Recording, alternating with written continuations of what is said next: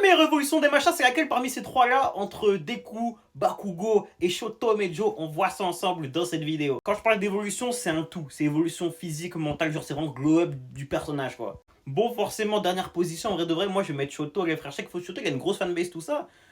Mais pour moi, les gars, Shoto, d'un point de vue mental, certes, il évolue. Mais je trouve que le gros de son évolution se fait saison 2-3, tu vois. Saison 2-3, cependant, il y a eu encore 3 saisons après ça. Donc forcément, je trouve que déjà, ça limite son évolution. Il évolue encore après, mais c'est vraiment très amoindri, je trouve. Malgré tout, il finit numéro 2 du classement des héros, donc grosse perf et tout, on respecte, mais pour moi, c'est le numéro 3. Maintenant, le vrai débat, c'est entre Bakugo et Deku.